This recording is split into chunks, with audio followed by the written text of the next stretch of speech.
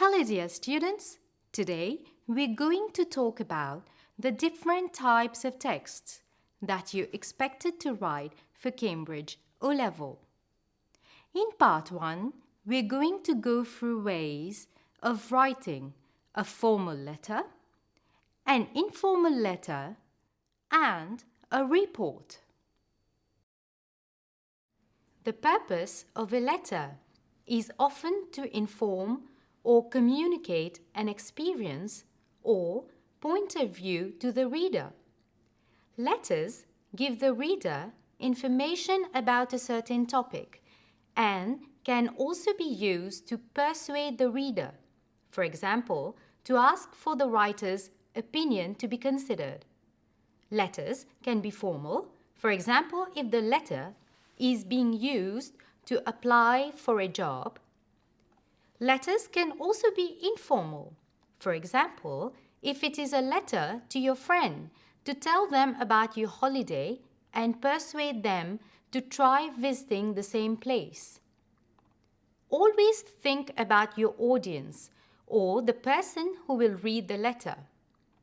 Bearing the audience and the purpose of the letter in mind, use effective language and vocabulary.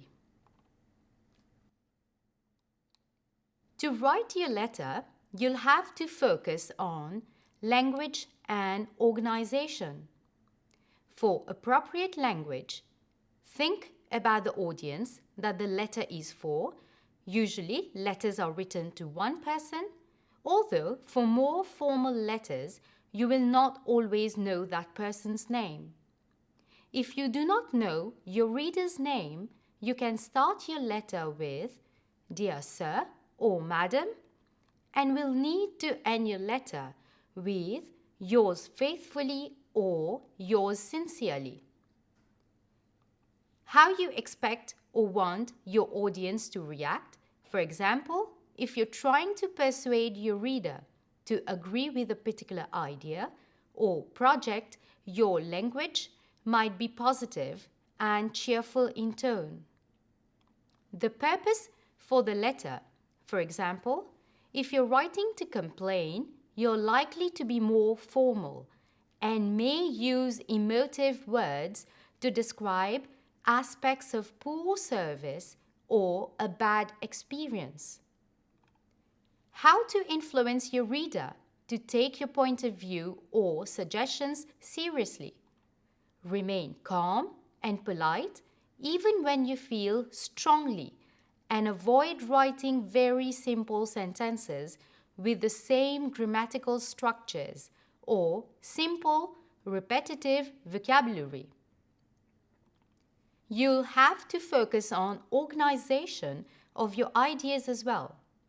For organization, plan a route through your letter before you start writing it. The structure of a formal letter is usually in 3 parts. For example, the opening paragraph, in which you outline the overall aim of the letter and make it clear why you're writing. A middle, to explain and develop your points, making sure they are relevant to the purpose of the letter. An end, to draw your points together. For example, summarize the main points you want your reader to remember or the action now required. Use a conventional structure. You may include the address of the writer at the top, a date, and an opening greeting. You should end your letter with a standard phrase such as "Yours sincerely" or "Yours faithfully." Formal letters may also include the address of the reader at the top. Use linking words and phrases which suit a more formal type of writing. For example, you could use "furthermore," "however," "in conclusion," to link ideas in sentences and paragraphs. On your screen, you can see a format of a formal letter.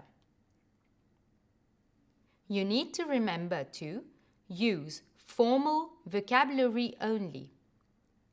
Instead of "can't wait for your reply," say, "I hope you will consider the above suggestion and take prompt action." Don't use contractions like can't, won't, don't, etc. Use their full forms. Contractions are informal. Don't use exclamation marks. Your tone should be serious and respectful. Keep to the word limit. On your screen, you can now see the format of an informal letter. An informal letter is a letter written to your friends or family members. All letters have to start with an informal salutation such as "Hi Amira," and should end on an affectionate note such as "Yours lovingly," "Yours dearly," or "Yours affectionately." For this task, you need to remember to take care of spelling, punctuation and grammar. It's a writing task after all. Don't use abbreviations and slang such as "oh dear" and "OMG." Keep the tone very light and warm. Write a paragraph for each bullet point given in the question. This can be a good method of keeping the letter organized. Give personal anecdotes. Add details that tell the examiner that the writer really knows the reader.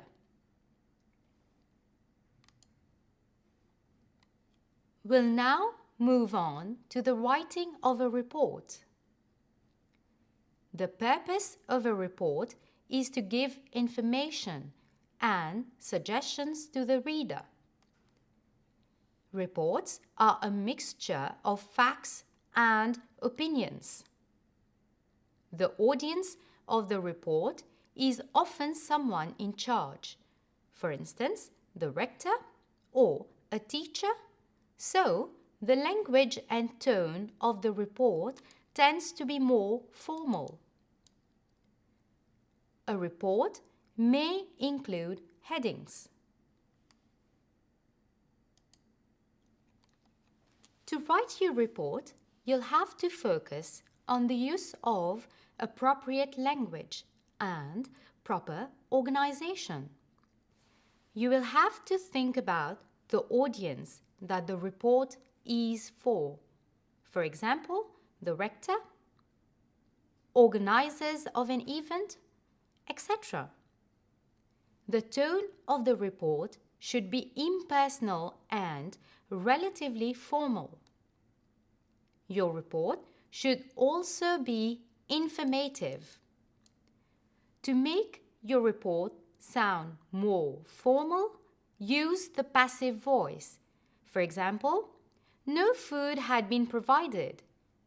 "We were given plenty of information." "The seats were damaged," etc. And reported speech, for example, "Most students said they would have liked to take part in more activities," etc. Include a range of topic-related vocabulary. For proper organization of your report, you need to keep in mind that a report should be well organized and clear. It often has headings to show the reader what information can be found in each section of the report. This helps the reader to locate information they need more easily. You should also link your ideas using appropriate, more formal sounding linking words or phrases, for example, "in addition," "finally," "however." Each paragraph should cover a different aspect of the report. A report often follows the following structure. Introduction, in which you talk about why you're writing the report. Sometimes you can also add how you collected the information, for example, from a survey. Second, findings, the positive or negative things you and other people have noticed. Thirdly, conclusion. This should include a brief summary and your recommendations, solutions, or suggestions. On your screen, you can now see the format of a report. Dear students, you need to remember that reports are formal documents that are written for a particular purpose. Hence, you need to use formal language to make it sound authoritative. Reports are often intended to be public documents read by a wider audience, as opposed to formal letters. Reports usually explain and summarize events or attitudes, and they may use subheadings to highlight different sections. Although reports look like articles, they differ from articles in several ways. The titles are more formal rather than deliberately inventive or intriguing. They also usually report information in a more straightforward, factual way and are concluded by giving recommendations or offering opinions. That will be all for today. I hope that you're now more confident to write formal and informal letters and reports. I recommend you watch part 2 on writing other types of texts. Thank you. Goodbye.